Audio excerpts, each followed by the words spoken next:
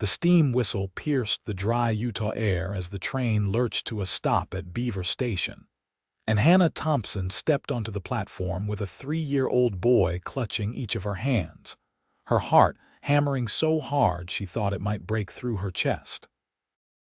The September sun of 1878 beat down mercilessly as she scanned the dusty platform for the man whose letters had promised her safety, security, and a home for her sons.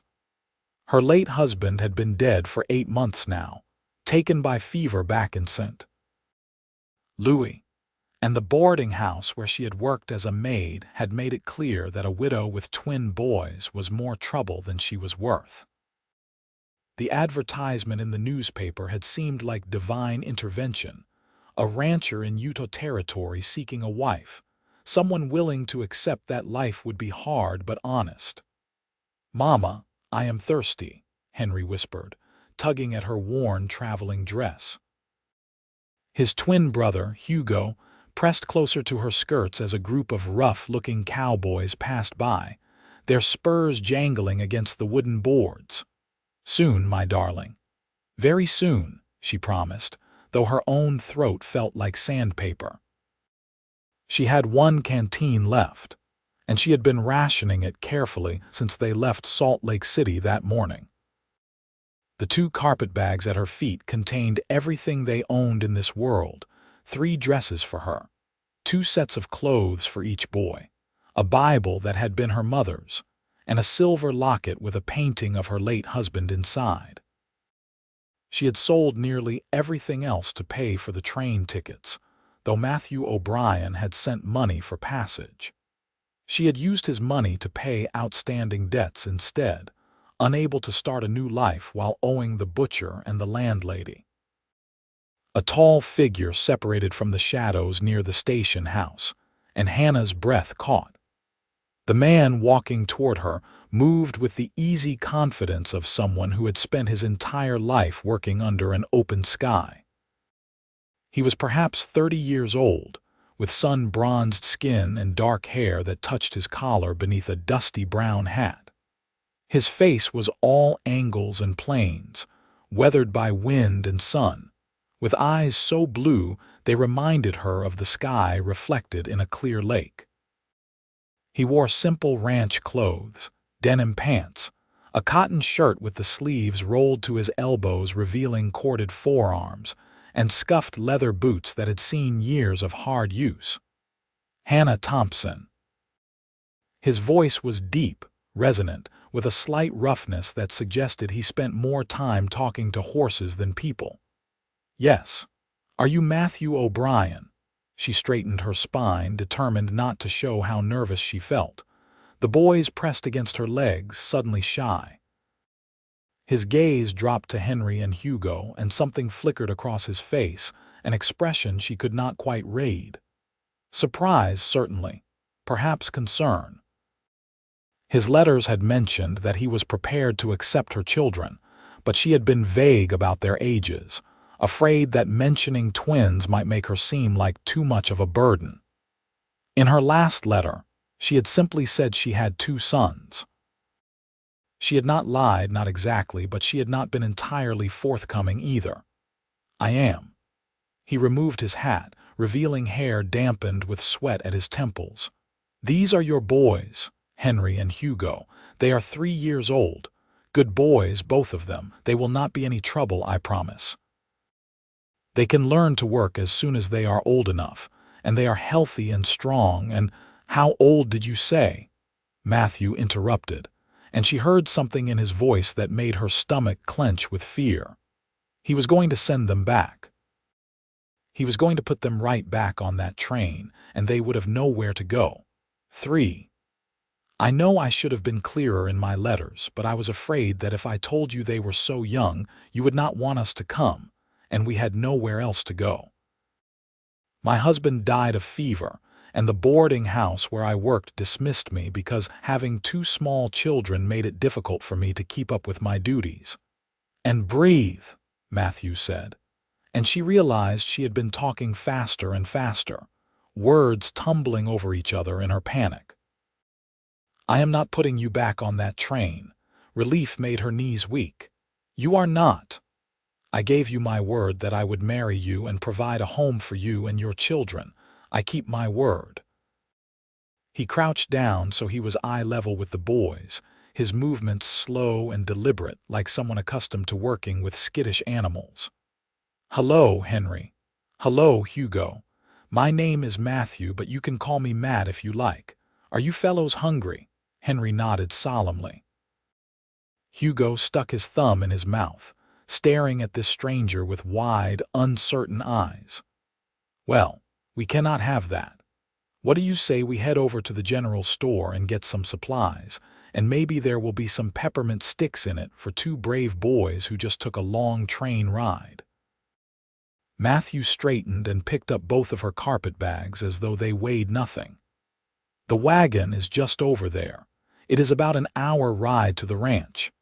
Hannah gathered the boys close, one hand on each small shoulder, and followed Matthew across the dusty street. The town of Beaver was small. Perhaps 24 buildings clustered along the main road, with the Tushar Mountains rising in the distance like sleeping giants. The air smelled of sage and dust and wood smoke, so different from the coal smoke and garbage smell of St. Louis. Despite her exhaustion and anxiety, she felt something loosen in her chest. This was a new beginning. It had to be. The wagon was a sturdy affair with a buckboard seat and a bed large enough to haul supplies. Matthew loaded her bags, then helped her up onto the seat with a hand under her elbow. His palm was calloused and warm, his grip strong but gentle. The boys climbed up beside her, and Matthew swung up next to them, taking the reins of two sturdy horses that looked like they had been waiting patiently for hours. True to his word, Matthew stopped at the general store. The proprietor, a round-faced man with spectacles, greeted Matthew with obvious familiarity. "Matt, did not expect to see you in town today." "Had to pick up my bride from the train station," Matthew said, and Hannah felt her cheeks warm at being called his bride. They had not married yet, after all. "Henry, we need flour, sugar, coffee, beans, salt pork, and whatever else you think we might need for the next few weeks, and 2 peppermint sticks for these young men." The storekeeper's eyes went wide when he saw Hannah and the boys. "Well, I will be." "Congratulations, Matt. I had heard you sent away for a mail-order bride, but I did not quite believe it." "Believe it?" Matthew's voice was even, but Hannah detected a note of warning. "This is Hannah Thompson, soon to be Hannah O'Brien, and these are her sons, Henry and Hugo." "Pleased to meet you, madam." The storekeeper bobbed his head at her. "Welcome to Beaver. I am Henry Sawyer. My wife Martha runs the dressmaking shop next door. I am sure she will be delighted to meet you. We do not get many new families settling in the area." While Mr. Sawyer assembled their order, and Matthew discussed the merits of different types of seed for winter planting, Hannah looked around the store. It was well stocked for such a small town, with barrels of flour and sugar, bolts of fabric, tools, canned goods, and even a few books on a shelf near the window. The boys had accepted their peppermint sticks with wide eyes and sticky fingers, and now they stood close to her, sucking contentedly on the candy. "Your husband seems like a good man," Mrs. Sawyer said, appearing from the back room with a bolt of blue calico in her arms. She was a plump, pleasant-faced woman, perhaps 10 years older than Hannah. "Matthew O'Brien has been ranching up in the hills for about 5 years now. Works hard, keeps to himself mostly, but he is always fair in his dealings. You could have done much worse." "We are not married yet," Hannah said softly. "I only just arrived." "Oh, well, I imagine you will remedy that soon enough. Judge Peterson comes through town once a month, but Matthew will probably want to ride into Milford to have it done proper, like at the courthouse." Mrs. Sawyer smiled at the twins. "What beautiful boys. They look so much alike." "Identical twins," Hannah confirmed. Sometimes even I have trouble telling them apart, though Henry has a small birthmark on his left ankle and Hugo does not. Twins are considered lucky in some cultures, Mrs. Sawyer said. I am sure they will be a great blessing to your family. Hannah nodded, though she privately wondered if Matthew truly felt that way. He had said he would not put them back on the train, but that did not mean he was happy about discovering she had two very young children instead of the older, more self-sufficient boys he might have been expecting. The supplies were loaded into the wagon, and they set off down the dusty road leading out of town. The landscape was stark but beautiful, with red rock formations rising from the desert floor and scattered juniper trees clinging to life in the dry soil. The Tushar Mountains loomed larger as they traveled, their peaks still holding patches of snow despite the September heat. The ranch is in the foothills, Matthew explained, breaking a silence that had stretched for several miles. There is a creek that runs year-round, fed by snowmelt from the mountains. Good grazing land, plenty of water for the cattle. The house is not much, just 3 rooms, but it is solid and the roof does not leak. I am not expecting luxury, Hannah said quickly. I am grateful for any home you can provide. Matthew glanced at her, then back at the road.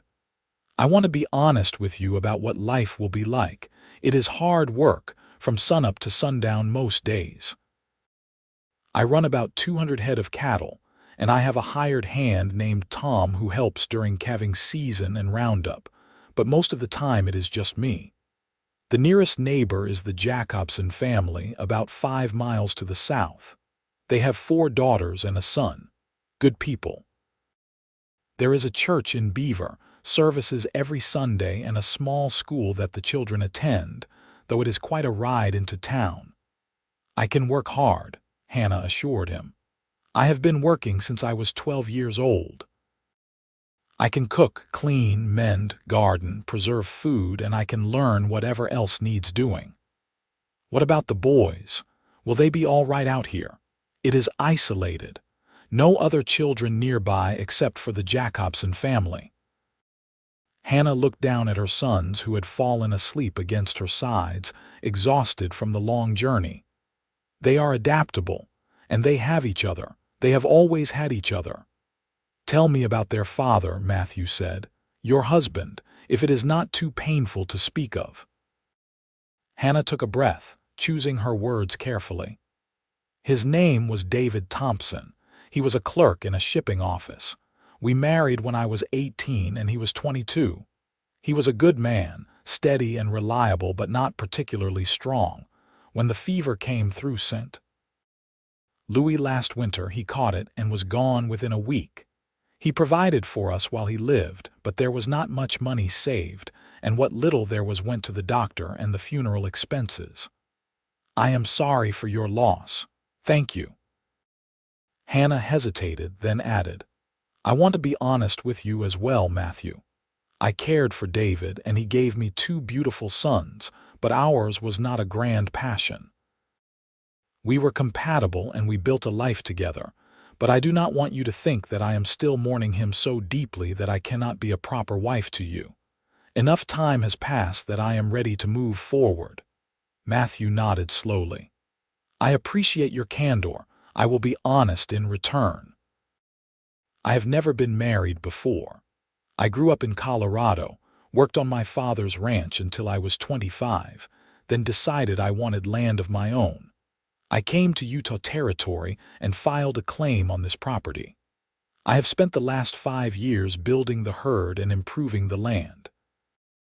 It is a good life, but it is lonely.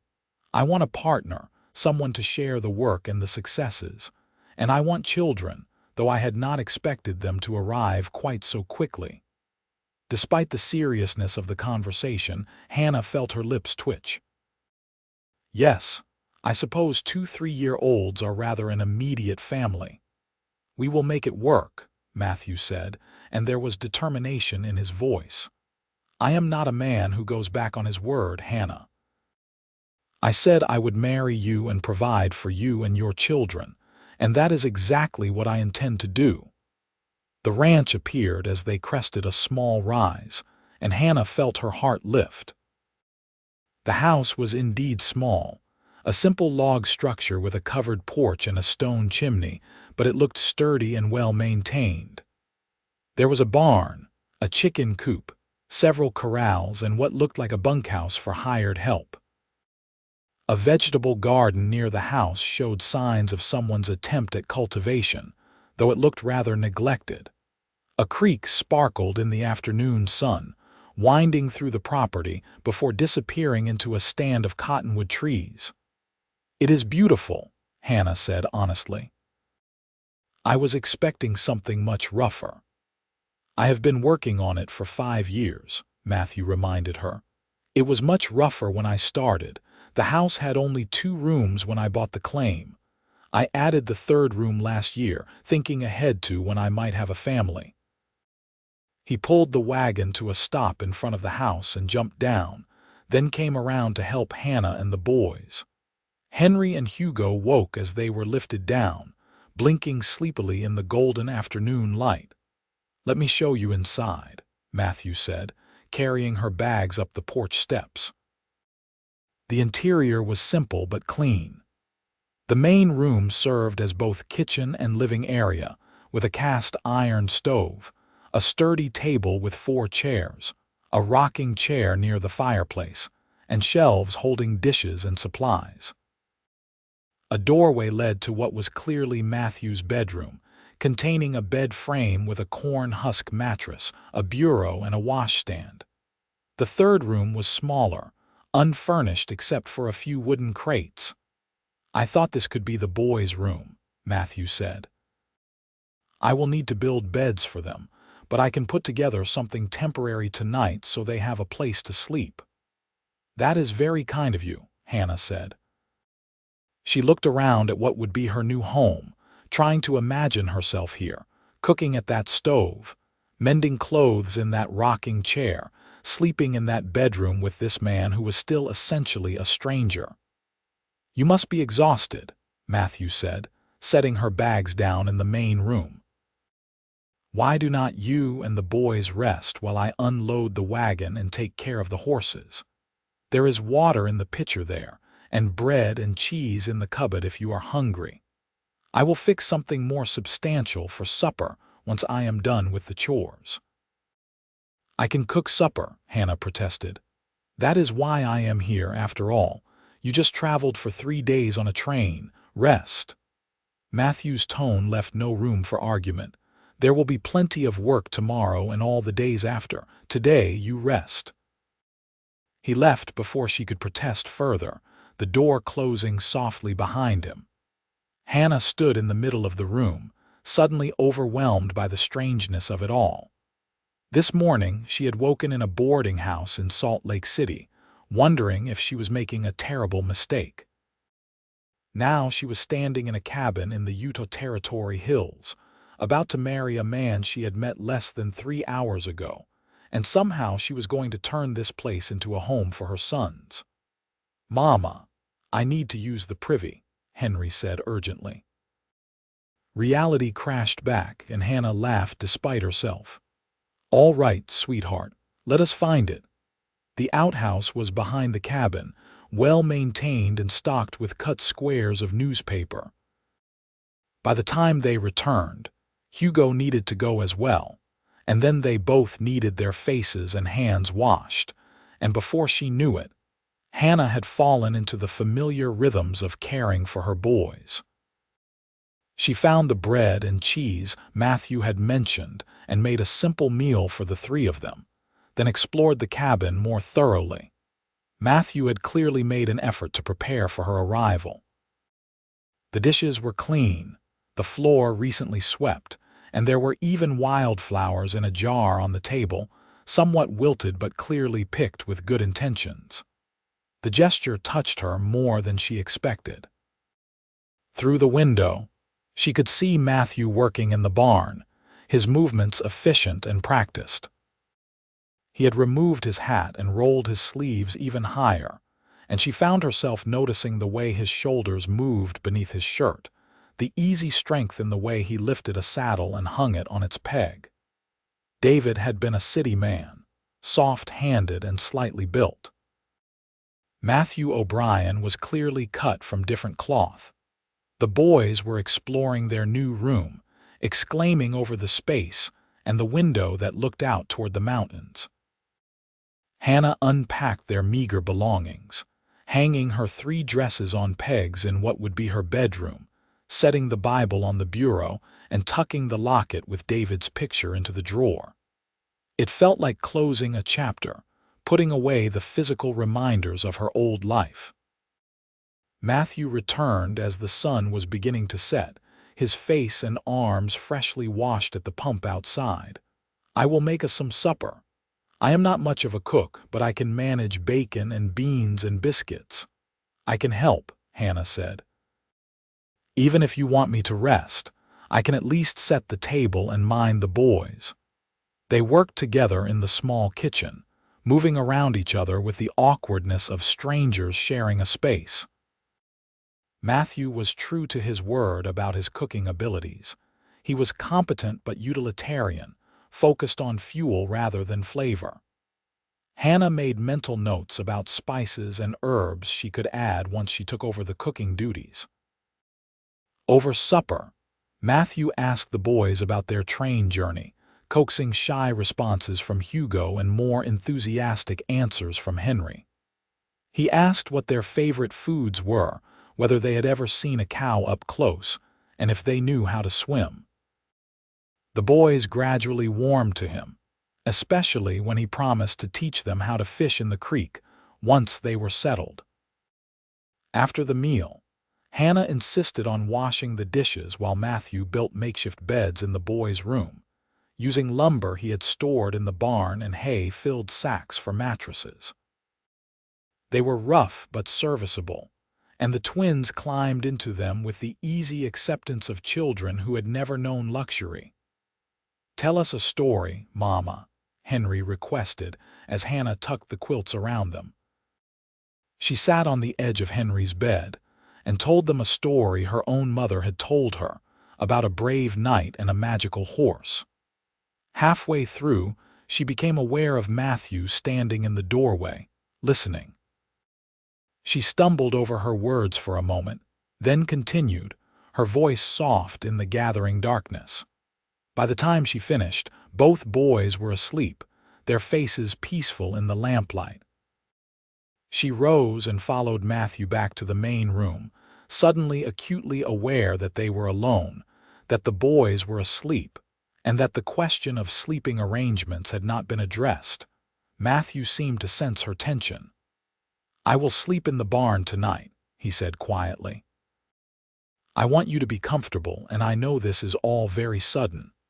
We can ride into Milford tomorrow to see about getting married, and after that, well, we can work out the details as we go." Relief and something else, something she could not quite name, washed through Hannah. "Thank you for being considerate." "I am not a saint, Hannah," Matthew said, and there was a rough edge to his voice. "But I am a patient man, and I want our marriage to be built on more than just practical necessity. Take the bedroom. I will be fine in the barn." He collected a bedroll and a lantern and left, and Hannah stood alone in the main room of her new home, listening to the unfamiliar sounds of the Utah night. Crickets chirped, an owl hooted somewhere in the distance, and the wind whispered through the eaves. She checked on the boys one more time, then prepared for bed in Matthew's room, which she supposed was now her room. The mattress was more comfortable than she expected, and the sheets smelled of lye soap and sunshine. She lay in the darkness, her mind racing too fast for sleep. What had she done? She had traveled across half the country to marry a stranger, to start a new life in a place she had never seen, based on nothing but letters and desperation. What if she had made a terrible mistake? What if Matthew turned out to be cruel? Or what if he grew to resent her sons? Or what if she could not adapt to this harsh, isolated life? But then she remembered the gentleness in his eyes when he crouched down to talk to the boys, the way he had promised to teach them to fish, and the wildflowers on the table. She remembered his promise that he kept his word, and the fact that he was sleeping in the barn to make her comfortable. These were not the actions of a cruel man. Tomorrow they would get married. Tomorrow she would become Hannah O'Brien. And somehow, someway she would make this work. She had to. There was nowhere left to go but forward. Sleep finally claimed her, and when she woke to the sound of roosters crowing and the smell of coffee brewing, for a moment she could not remember where she was. Then it all came rushing back, and she rose quickly, embarrassed to have slept so late. The sun was already well up, and through the window she could see Matthew carrying a bucket of water from the creek. She dressed hastily and emerged to find the boys already awake, sitting at the table with glasses of milk and slices of bread with butter. Matthew was at the stove, stirring something in a pan. "Good morning," he said, glancing over his shoulder. "I hope you do not mind that I fed the boys. They were hungry and you were sleeping so soundly that I did not want to wake you." "I should have been up earlier," Hannah said, flustered. "I am not usually such a layabout. You were exhausted from traveling. There is no shame in sleeping late after the journey you have made." Matthew dished scrambled eggs onto plates. "I thought we could eat breakfast, get the chores done, and then ride into Milford. It is about 15 miles, so it will take most of the day, but we can get married at the courthouse and be back before dark." The matter-of-fact way he discussed their wedding made it seem less daunting somehow.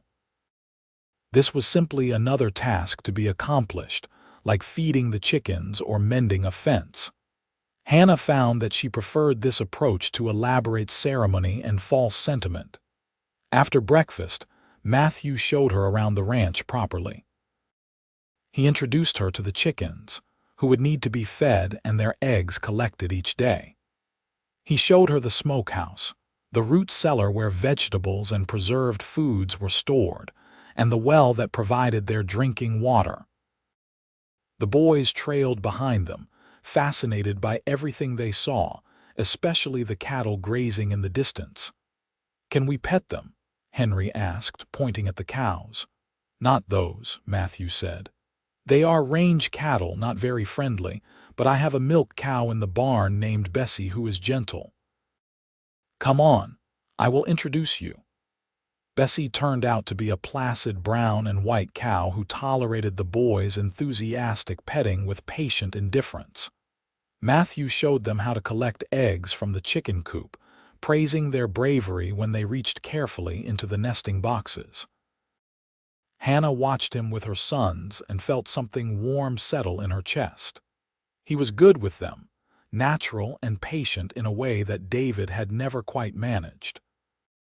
David had loved the boys, but he had always seemed slightly bewildered by them, unsure how to interact with such small, energetic creatures.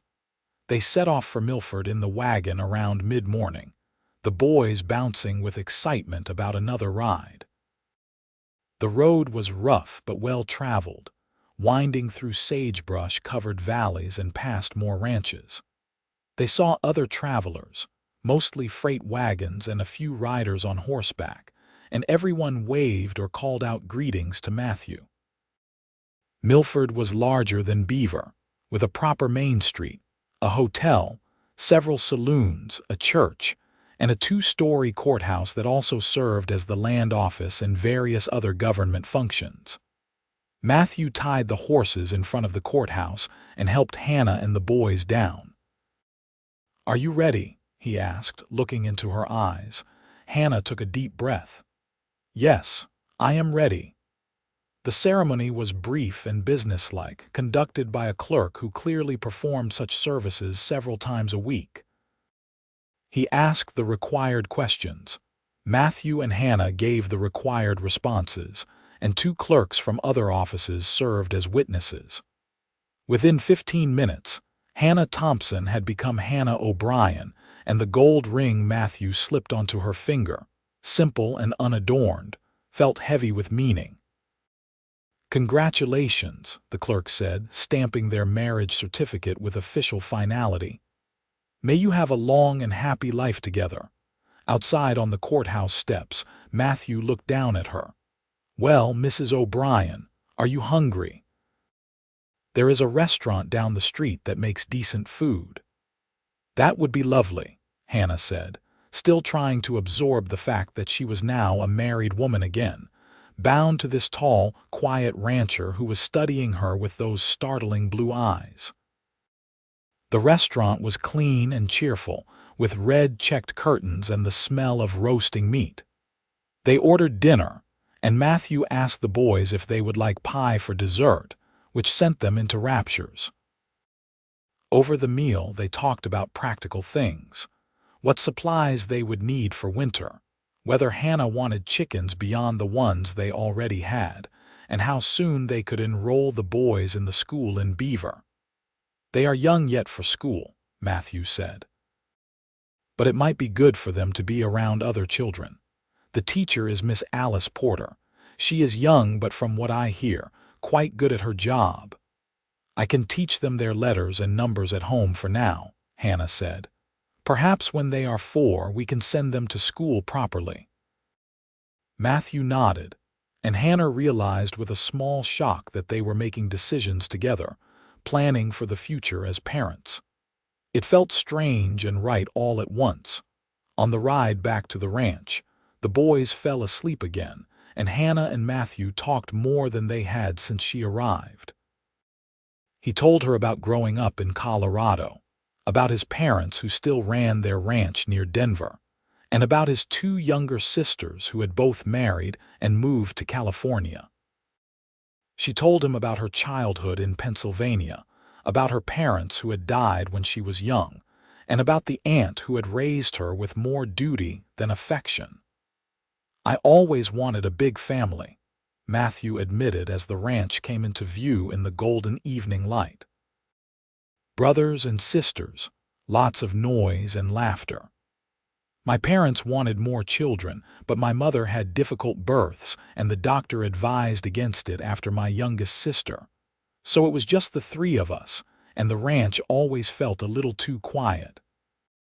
"Well, you certainly will not have quiet with 2 3-year-old boys in the house," Hannah said with a smile.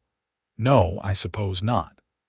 Matthew returned her smile, and Hannah noticed for the first time that he had a dimple in his left cheek when he smiled. It made him look younger, less serious. "I am glad you are here, Hannah. I know this is not a conventional start to a marriage, but I think we can make a good life together." "I hope so," Hannah said softly. "I truly hope so." That night, after the boys were in bed, Hannah stood in the bedroom doorway, uncertain. Matthew had brought his things back from the barn, and his bedroll was stacked neatly in the corner. But the question of where he would sleep remained unspoken between them. "Hannah," Matthew said gently, "I know we are married now, but I do not expect anything from you that you are not ready to give. I can continue sleeping in the barn, or I can make a bed on the floor in here, or—" He trailed off, leaving the rest unsaid. Hannah thought about this kind, patient man, who had accepted her and her sons without question, who had been nothing but gentle and considerate since the moment she stepped off that train. She thought about the loneliness she had felt for the past 8 months, the fear that she would never have a true home again, and the small spark of hope that had begun to glow in her chest since arriving at this ranch. "I would like you to stay," she said quietly. "You are my husband. This is our room, our bed. I will not ask you to sleep on the floor or in the barn." Matthew crossed to her slowly, giving her every opportunity to change her mind. When he reached her, he lifted one calloused hand and gently cupped her cheek. "Are you certain?" "I am certain," Hannah whispered, and she meant it. He kissed her then, softly and carefully, as though she were made of something precious and fragile. His lips were warm, and his hand in her hair was gentle, and Hannah felt something unfurl inside her, something she had not expected to feel again. Desire, yes, but also connection. the beginning of something deeper than mere physical need. They lay together that night as husband and wife, and Matthew was patient and tender, taking his time, making sure she was comfortable. It was different from the perfunctory coupling she had known with David, more intense, and yet somehow sweeter. Afterward, as she lay in the circle of his arms listening to his heartbeat slow, Hannah thought that perhaps this hasty marriage might become something more than she had dared to hope. The days that followed fell into a rhythm. Hannah took over the cooking and household duties, delighted to discover that Matthew had a better stocked pantry than she had expected. She made bread, tended the garden, collected eggs, and gradually put her own stamp on the house. She made curtains from some calico fabric Matthew brought back from a trip to Beaver, and she rearranged the furniture to make better use of the space.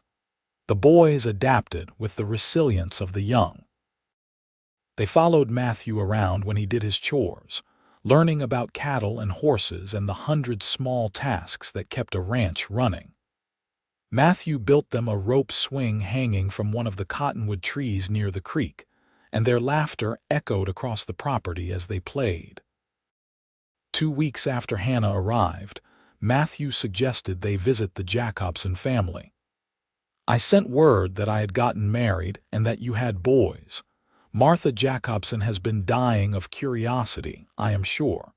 She will probably have a dozen questions and a casserole waiting for us." The Jacobson ranch was similar in size to Matthew's, with a slightly larger house and more outbuildings. Martha Jacobson turned out to be a robust, friendly woman in her 40s, and her husband Peter was a quiet, bearded Norwegian who spoke with a heavy accent.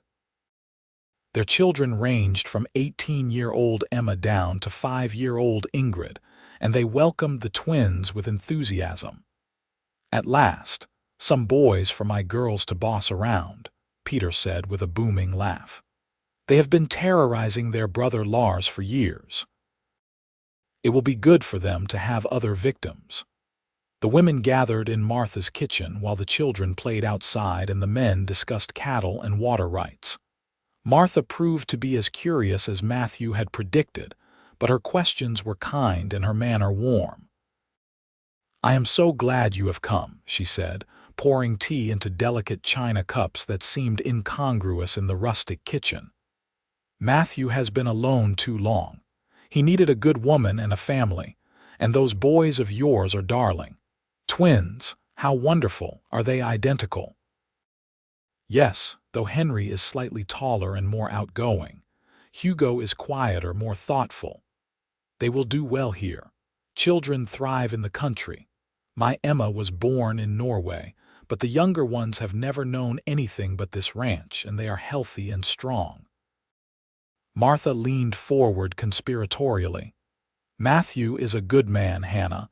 I do not know what your circumstances were before, but you made a good choice coming here." "I hope he feels the same way about his choice," Hannah said honestly. "I know having 2 small children thrust upon him so suddenly must have been a shock. If it was, he has not complained, and Peter says Matthew seems happier than he has been in years." Martha patted her hand. "Give it time. Love grows in many ways. Sometimes the strongest trees grow from the smallest seeds." The families shared a meal together, and on the ride home, Matthew mentioned that Emma Jacobson had been particularly taken with the twins. "She will make a good mother someday. She is a sweet girl." "She is engaged," Martha said. "To a young man from Beaver who works at the sawmill." "Yes, Thomas Brennan. Good family. The wedding is planned for next spring." Matthew glanced at her. "Did you enjoy yourself?" "I did. Martha is lovely, and it is nice to know we have neighbors who are friendly. The community here is small but tight-knit. People help each other. When winter comes and the snow is deep, we might not see anyone for weeks at a time, but if there is trouble, neighbors will come from miles away to assist." Hannah tried to imagine being snowed in for weeks, just the 4 of them in the small cabin. It should have seemed daunting, but instead, she found herself looking forward to it. The cabin was beginning to feel like home, and the idea of cozy evenings by the fire while snow fell outside had an almost romantic appeal. As October arrived, the days grew shorter and the nights colder. Matthew and his hired hand, Tom, began preparing for winter, repairing buildings, laying in firewood, and moving cattle to winter pastures. Hannah worked alongside them when she could, grateful for the physical labor that built calluses on her hands and strength in her back. One evening, as they sat by the fire after the boys had gone to bed, Matthew pulled out a piece of paper and a pencil. "I have been thinking," he said. "The house is crowded with 4 of us. When I added that third room, I was not planning on twins. What if we expanded? Added another room or 2, maybe a proper parlor. We could do the work over the winter when the ranch work is slower." Hannah looked at him in surprise. "That would be a significant undertaking." "I know, but I want this to feel like your home, not just a place you are staying. And if we are going to raise children here, we need more space." He hesitated, then added, "I have been thinking that the boys might like to have their own rooms eventually, and we might have more children in the future." The last part was said carefully, a question hidden in a statement. Hannah felt warmth rise in her cheeks. "I would like more children," she said softly. "Someday." Matthew's face broke into that rare, dimpled smile. "Then we will definitely need more space." They spent the next hour sketching plans, Matthew's practical knowledge of building combining with Hannah's ideas about how the space should be used. It was the first major decision they had made together, and Hannah felt another small piece of her heart settle into place. This was partnership, this planning and dreaming together. This was the foundation of a real marriage. As winter approached in earnest, Hannah realized she was happier than she had been in years. The work was hard, certainly harder than anything she had done in St. Louis, but it was satisfying in a way that scrubbing other people's floors had never been. This was her home she was caring for, her family she was feeding, her future she was building with every loaf of bread and every jar of preserves. The boys thrived. They grew rosy-cheeked and sturdy, learning to do small chores like gathering eggs and stacking firewood. Matthew taught them to recognize different birds and animal tracks, and Hugo surprised everyone by showing a particular aptitude for gentling the barn cats. Henry, more adventurous, was already begging to be allowed to ride one of the horses by himself. One night in late October, the first snow fell. Hannah woke to find the world transformed, everything blanketed in white that glittered in the moonlight. Matthew was already awake, standing at the window. "It is beautiful," she whispered, coming to stand beside him.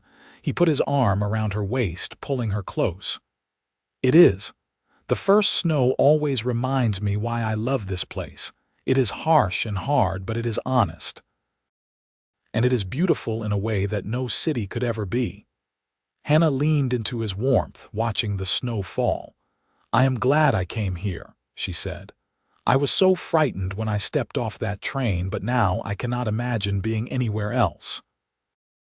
Matthew turned her to face him, his eyes serious in the moonlight. "I have something I need to tell you, something I should have said weeks ago." Hannah felt her heart begin to beat faster. "What is it?" "I love you," he said simply. "I know it is fast. I know we have only been married a few weeks, but I have fallen in love with you, Hannah. With your strength and your kindness and the way you sing to the boys at bedtime. With the way you laugh when Hugo tells his elaborate stories, and the way you make this house feel like a home. I love you, and I wanted you to know." Tears pricked Hannah's eyes. She had not dared to hope for love, had thought herself fortunate simply to find security and kindness. But standing here in the moonlight with her husband's arms around her, she realized that somewhere along the way, without quite noticing when it happened, she had fallen in love too. "I love you too," she whispered. "I did not think I would ever say those words again, but I do. I love you, Matthew O'Brien." He kissed her then, deep and passionate, and they made love on the floor in front of the fireplace, too impatient to make it to the bedroom. Afterward, wrapped in a quilt with the fire warming their skin, Hannah thought that she had never been so happy in her entire life. The winter was long and cold, with snow piling high around the cabin and the wind howling down from the mountains. But inside, the house was warm and full of life. Matthew worked on the addition when the weather permitted, and Hannah kept the house running, cooking hearty stews and baking bread, teaching the boys their letters, and sewing clothes for the coming spring. Tom, the hired hand, spent more time at the ranch during the winter, and Hannah got to know him better. He was a young man, perhaps 23 or 24, who had come west from Ohio seeking adventure. He was earnest and hardworking, and he treated the boys with affectionate tolerance, letting them help with chores and teaching them cowboy songs. Christmas came, and Hannah made it special despite their isolation. She baked cookies and made simple gifts for the boys, small wooden toys that Matthew had carved in secret. Matthew gave her a beautiful shawl that he had ordered from a catalog, the wool soft and dyed a deep blue. She gave him a shirt she had sewn, carefully measuring and cutting and stitching by lamplight after he went to sleep. "It is perfect," he said, holding it up. "You have real skill, Hannah." "I want to contribute more than just cooking and cleaning," she said. "I thought perhaps I could take in some sewing, make a little money of our own. Martha mentioned that the women in Beaver are always looking for someone who can do fine needlework." "You do not need to make money," Matthew said. "The ranch provides enough." "I know, but I want to. I want to know that I am bringing something of my own to this family." Matthew studied her for a moment, then nodded. "All right. If it makes you happy, then I support it. But do not work yourself to exhaustion. You do enough already." By February, the new addition was complete, 2 more rooms added to the cabin, giving them a proper parlor and a second bedroom. Matthew also built a loft above the boys' room, accessible by a ladder, which the twins thought was the most exciting thing that had ever happened to them. "When you are bigger, you can sleep up there," Matthew told them. "It will be like having your own special hideaway." As the snow began to melt in March and the first green shoots appeared in the garden, Hannah realized she had missed her monthly courses twice. She waited another week, not wanting to say anything until she was certain, but when the 3rd week passed with no sign, she could no longer ignore the truth. She was pregnant.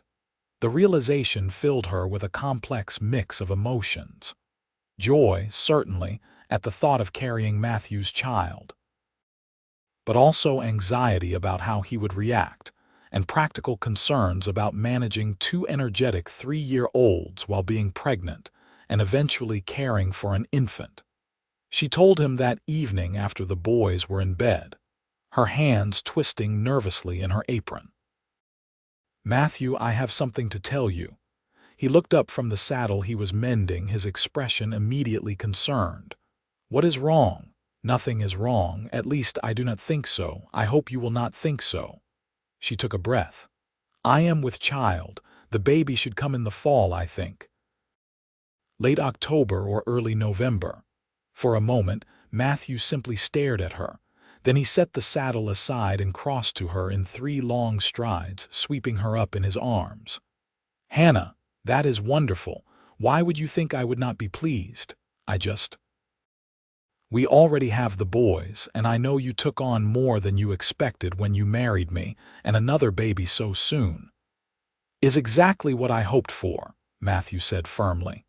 He set her down gently, as though she were suddenly fragile. "Our child, yours and mine. A brother or sister for Henry and Hugo. How could I be anything but thrilled?" Relief washed through her, and she found herself laughing and crying at the same time. "I am so glad. I was so worried about telling you." "Never worry about that," Matthew said, cupping her face in his hands. "Every child is a blessing. This one most of all." The boys were excited when they learned they would have a baby brother or sister, though they did not entirely understand what it meant. They put their hands on Hannah's still flat belly and asked when the baby would come out to play with them. "Not until the leaves turn colors and fall from the trees," Hannah explained. "It takes a long time for babies to grow." As spring turned to summer, Hannah's belly grew round and full. The heat was intense, and she often felt tired and uncomfortable. But Matthew was attentive and helpful, taking on more of the household tasks when he saw her struggling. The boys, now 4 years old, were more independent, capable of dressing themselves and helping with simple chores, which made things easier. In July, Martha Jacobson came to visit, bringing her daughters and Lars. The women sat in the shade of the cottonwood trees while the children played in the creek, and Martha shared advice about pregnancy and childbirth based on her own extensive experience. "You are carrying well," she said, studying Hannah's profile. "I think perhaps it is a boy. You are carrying high and forward. Matthew says he does not care either way, as long as the baby is healthy." "That is what men always say," Martha said with a knowing smile, "but I wager he would be pleased with a son of his own blood." Hannah had thought the same thing, though she had not said it aloud. She loved Henry and Hugo with all her heart, and Matthew clearly loved them too, but she knew there was something special about a child that carried your own blood, your own features. She hoped for a boy, for Matthew's sake, though she would be equally happy with a daughter. The summer heat intensified, and Hannah found herself spending more time indoors, staying cool and resting when she could. Matthew hired a second hand to help Tom with the summer work, a young man named Charlie who was quiet but capable. This freed Matthew to spend more time near the house, ready to help if Hannah needed anything. In late September, as the leaves began to turn gold and red in the mountains, Hannah felt the first pains. They started in the early morning, faint and irregular, and she said nothing to Matthew, not wanting to alarm him if it was false labor. But by mid-afternoon, the pains were stronger and coming more regularly, and she knew the time had come. "Matthew," she called from the doorway where she stood holding her belly. "The baby is coming. You need to fetch Martha." Matthew's face went pale. "Now, but it is not due for another month." "Babies come when they are ready, not when we expect them," Hannah said, trying to keep her voice calm despite the pain radiating through her back. "Please go get Martha, and take the boys with you. They should not be here for this." Matthew sprang into action, saddling his horse and lifting the confused boys up behind him. "I will be as fast as I can. Tom is in the barn. If you need anything, call for him." "Just hurry," Hannah said, another contraction gripping her. The next hours passed in a haze of pain and effort. Tom's wife, Clara, who lived in a small house on the property, came to help, and she proved surprisingly capable, having assisted with her own mother's childbirths back in Missouri. By the time Matthew returned with Martha and the boys, Hannah was deep in labor, and Martha immediately took charge. "Out," she ordered Matthew. "This is women's work. Take the boys inside and keep them busy." Matthew looked like he wanted to argue, but one look at Martha's face convinced him otherwise. He gathered the boys and retreated to the new parlor, where Hannah could hear him trying to distract them with stories. "You are doing well," Martha said, examining Hannah. "The baby is in a good position. It should not be much longer now." She was right. As the sun set and painted the sky brilliant shades of orange and pink, Hannah gave one final push, and the baby slipped into Martha's waiting hands. The sharp cry that filled the room was the most beautiful sound Hannah had ever heard. "A boy," Martha announced, laying the squalling infant on Hannah's chest. A big, healthy boy. Hannah looked down at her son, at his red face and dark hair, at the way his tiny fists waved in the air, and felt her heart expand to impossible dimensions. "Matthew," she called weakly. "Come meet your son." Matthew appeared in the doorway, his face anxious, and then his eyes found the baby and his expression transformed. He crossed to the bed slowly, reverently, and reached out one finger to touch the baby's tiny hand. The infant grasped it instinctively, and Hannah saw tears shine in Matthew's eyes. "He is perfect," Matthew breathed. "Absolutely perfect." "We need a name," Hannah said. "What should we call him?" Matthew thought for a moment. "What about Maxwell? It was my grandfather's name." "Maxwell Thomas O'Brien." "Maxwell," Hannah repeated, testing it. "Yes, I like that. Hello, Maxwell. Welcome to the family." The boys were allowed in next, cautiously approaching the bed to meet their new brother. They stared at the baby with wide eyes, clearly not sure what to make of this small, noisy creature. "Is that the baby?" Henry asked. "He is very little." "You were this little once," Hannah told him. "Both of you were. And now you are big boys who can help me take care of him." Hugo reached out and gently touched the baby's head. "Soft," he whispered. Over the next weeks, the household adjusted to life with a newborn. Maxwell was a good baby, nursing well and sleeping in reasonable stretches, but the sleepless nights were still exhausting. Matthew helped whenever he could, walking the floor with the baby when he was fussy, and the boys proved to be enthusiastic if somewhat clumsy helpers.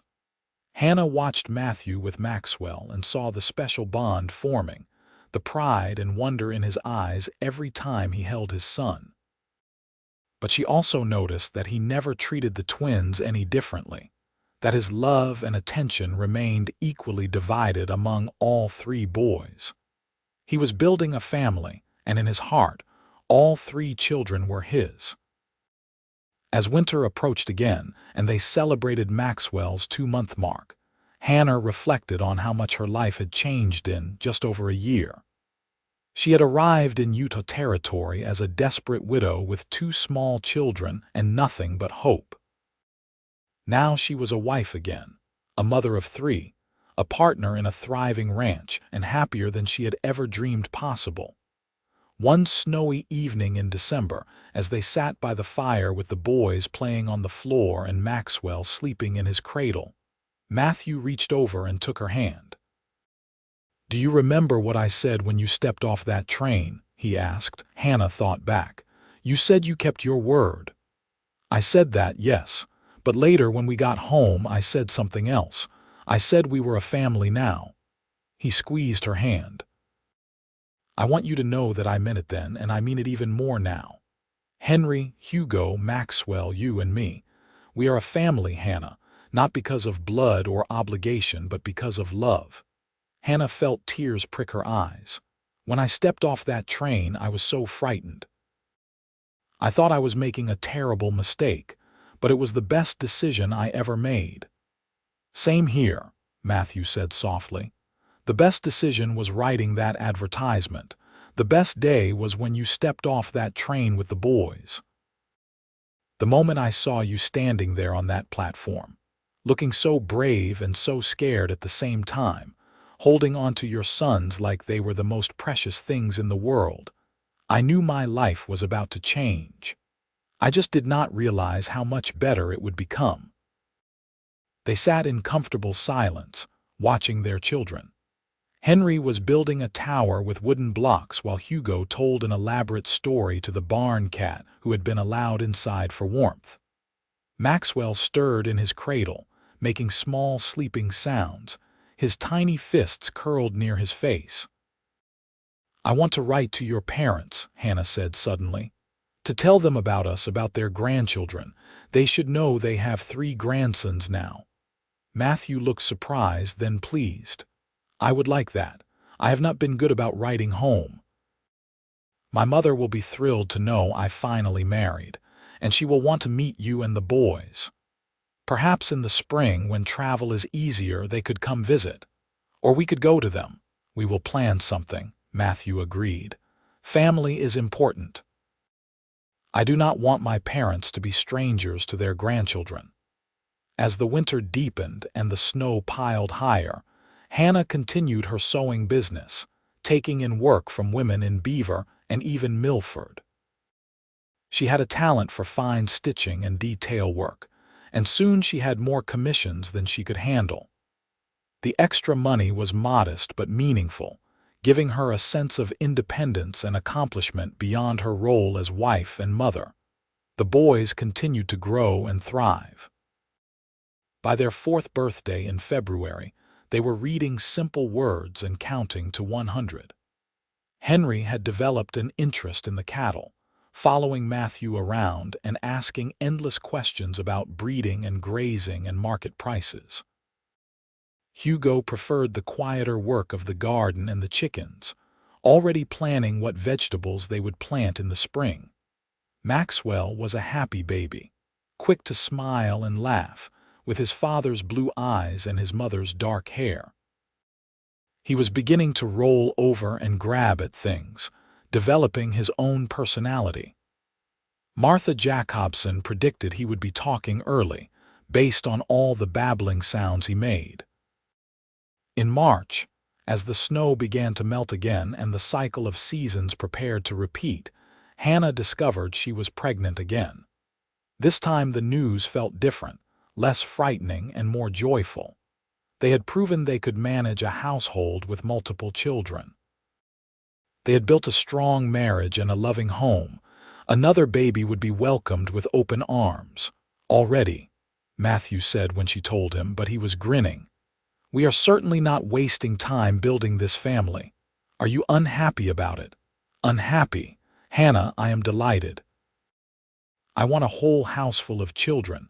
I want Christmas mornings full of chaos and summer evenings full of laughter.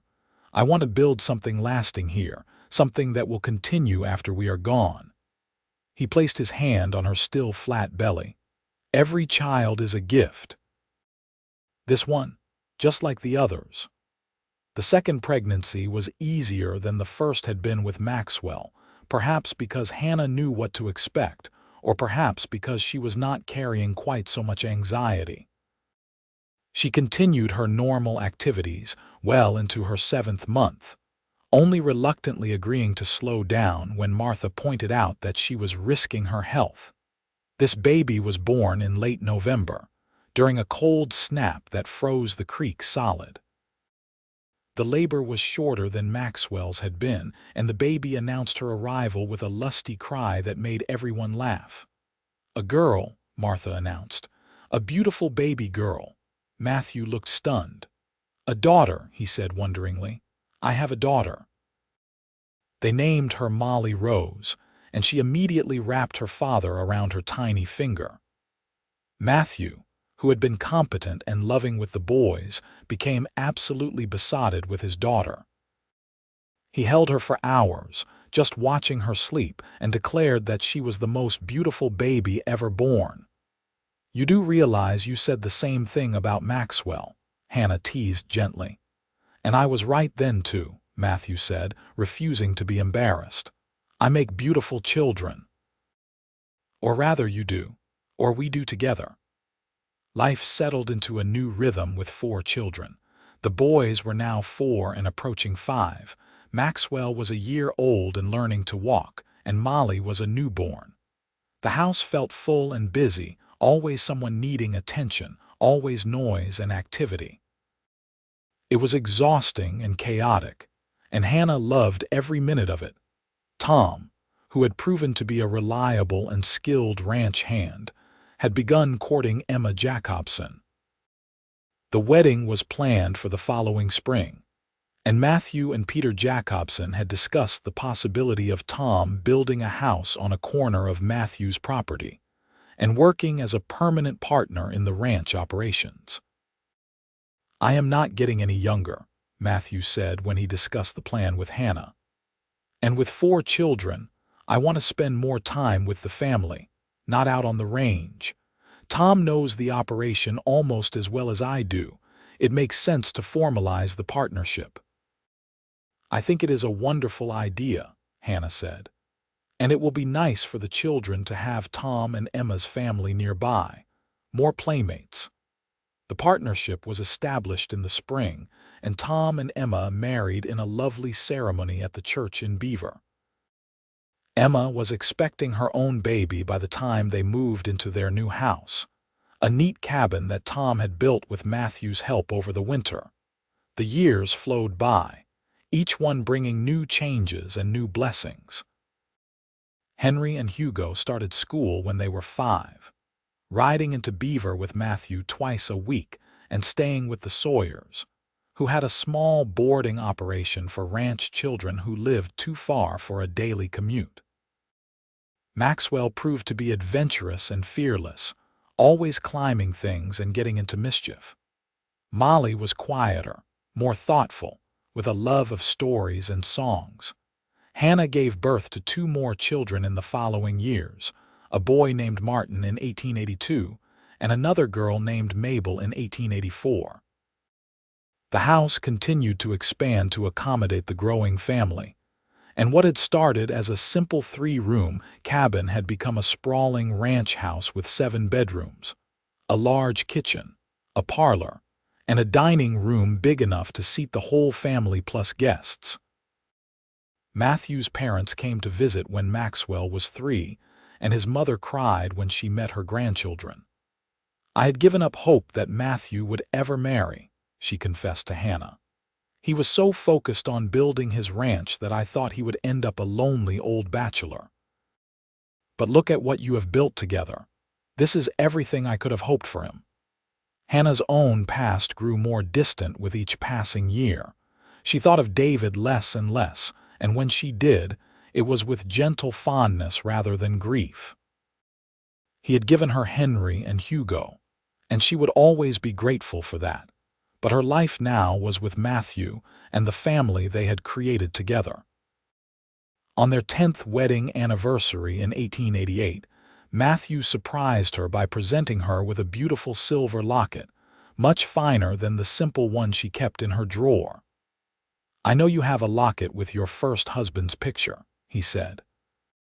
"And I would never ask you to forget him or the boy's father, but I wanted you to have one with our children in it, all 6 of them, our family." Inside, the locket held a photograph that had been taken in Milford the previous summer, all 6 children arranged by height, their faces serious as they tried to stay still for the long exposure. Hannah felt tears stream down her face as she looked at it. "It is perfect," she whispered. "Everything is perfect." That evening, they sat on the porch watching the sunset paint the mountains in shades of gold and crimson. The children were playing in the yard under the watchful eyes of the older boys, their laughter carrying on the warm summer breeze. Tom and Emma's children had joined them, and the property rang with the sound of young voices. "You ever think about that day?" Matthew asked. "When you stepped off the train?" "Often," Hannah admitted. "I was so frightened, so uncertain. I had no idea if I was making the right choice." "Were you? Was it the right choice?" Hannah looked at him, at this man who had become her rock, her partner, her great love. She looked at their children, healthy and happy and full of life. She looked at the ranch they had built together, the home they had made, the community they were part of. "It was the best choice I ever made," she said firmly. "That moment when I stepped off the train and saw you standing there, that was the moment my real life began. Everything before that was just preparation for this." Matthew pulled her close, and she rested her head on his shoulder. "I told you that day that we were a family, that we would make it work." "You did more than make it work," Hannah said. "You made it beautiful. You gave me and my boys a home, but more than that, you gave us love. Real, lasting love. I did not expect that when I answered your advertisement. I hoped for security and stability. I never dreamed I would find this." "I loved you from the moment I saw you," Matthew confessed. "Standing on that platform with your boys, looking so fierce and so vulnerable at the same time. "I loved your courage, your determination to protect your children no matter what, and every day since then, I have loved you more." They sat in comfortable silence, watching the day fade into twilight. Somewhere inside the house, Molly was practicing her piano scales, the notes floating through the open windows. Maxwell was trying to teach Hugo's cat to fetch, with limited success. Henry was reading to Martin and Mabel, his voice patient as he explained the hard words. "We should go inside soon," Hannah said, though she made no move to get up. "The children will need supper and baths and bedtime stories." "In a minute," Matthew said. "Let me just sit here with my wife and count my blessings." Hannah smiled and settled more deeply into his embrace. This, she thought, was what happiness looked like. Not grand gestures or dramatic moments, but quiet evenings on a porch with the man you loved, watching your children play, knowing that you had built something real and lasting together. The years continued to pass, bringing both joys and sorrows as all lives must. There were good years when the cattle prices were high and the weather was favorable, and harder years when drought or harsh winters tested their resilience. The children grew, each one developing their own personality and interests. Henry showed a talent for ranching and announced his intention to take over the operation one day. Hugo discovered a love of books and talked about becoming a teacher. Maxwell was drawn to horses and became an exceptional rider. Molly had her mother's skill with a needle and talked about opening a dress shop. Martin showed an interest in the law, and little Mabel declared she wanted to be a doctor, much to everyone's amusement and secret pride. Emma and Tom's family grew as well, and their children and the O'Brien children grew up together, as close as cousins. The two families celebrated holidays together, helped each other through hard times, and built a community that extended beyond blood relations.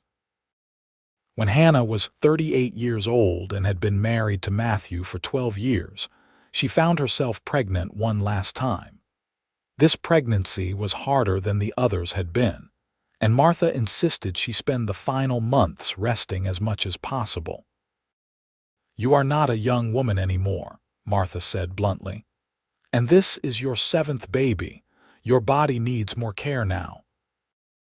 Hannah reluctantly agreed, and Matthew took on more of the household duties, assisted by Molly, who at 9 years old was already a capable little mother to her younger siblings. The baby, another boy they named Miles, was born healthy but small, and the labor left Hannah weak and exhausted. "No more," the doctor said firmly when he examined her afterward. "Your body has done its work, Mrs. O'Brien. 7 children is enough for any woman. Another pregnancy could be dangerous." Hannah, holding Miles and feeling every one of her 38 years, readily agreed. 7 children was indeed enough, more than enough. It was a wealth of blessings she had never imagined that day she stepped off the train. Matthew took the news with equal parts relief and regret. "I would have happily had a dozen more," he admitted, "but not at the risk of losing you. 7 is a good number, a blessed number, and we have our whole lives ahead of us to enjoy them." As the children grew older and more independent, Hannah found herself with more time for her sewing business, which had evolved into a thriving enterprise. She employed 2 young women from Beaver to help with the simpler work, and she specialized in wedding dresses and fine church clothes. Her work was sought after throughout the territory, and she took pride in her reputation for quality and artistry. Matthew, meanwhile, had become one of the most respected ranchers in the region. His partnership with Tom had proven highly successful, and the O'Brien Ranch was known for producing quality cattle and treating its workers fairly. He had been asked several times to run for the territorial legislature, but had always declined, preferring to focus on his family and his land. When Henry was 18 and Hugo 17, both boys preparing to leave home for their respective futures, Matthew gathered the family together one evening after supper. "Your mother and I have been talking," he said, looking around the table at his children. "This ranch has been good to us. It has provided for our family and allowed us to build the life we wanted. But it is not just ours. It belongs to all of you. We are arranging for the property to be divided fairly among you, so that each of you will have a stake in it, whether you choose to stay and work the land or pursue other dreams." "But Papa, that is years and years away," Molly protested. "Why are you talking about this now?" "Because we want you to know that this is your legacy," Hannah said gently. "Everything your father and I have built, we built for you.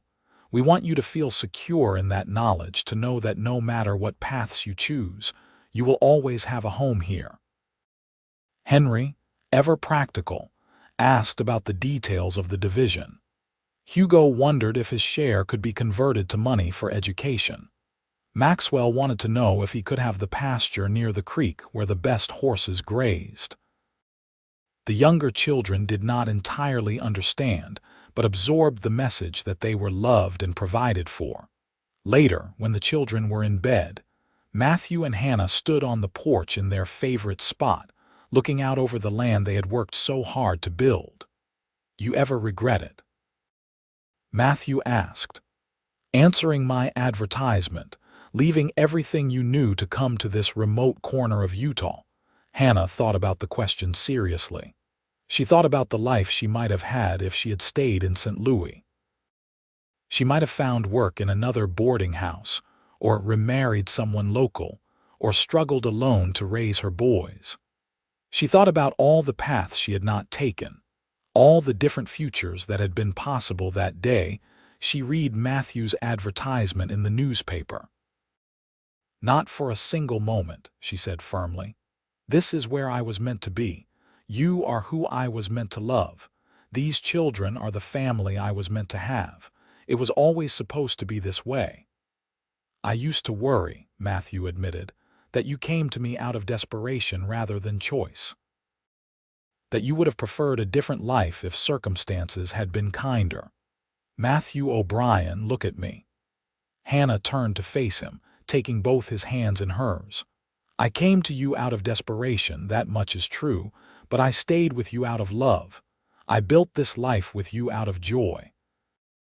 Every day I wake up grateful that I found the courage to step onto that train. Every night I go to sleep thankful that you were standing on that platform waiting for me."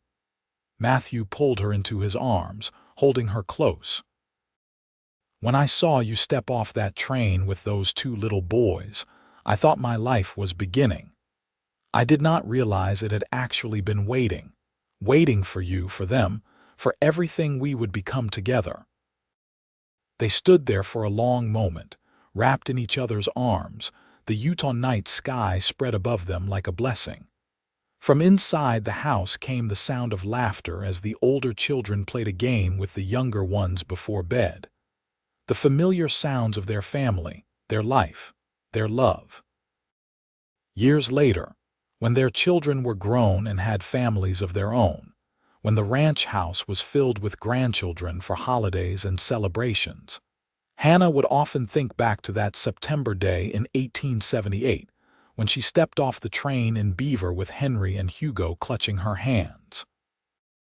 She would remember the fear and hope that had warred in her heart, the uncertainty of facing a stranger who would become her husband, the desperate gamble she had taken on a better future.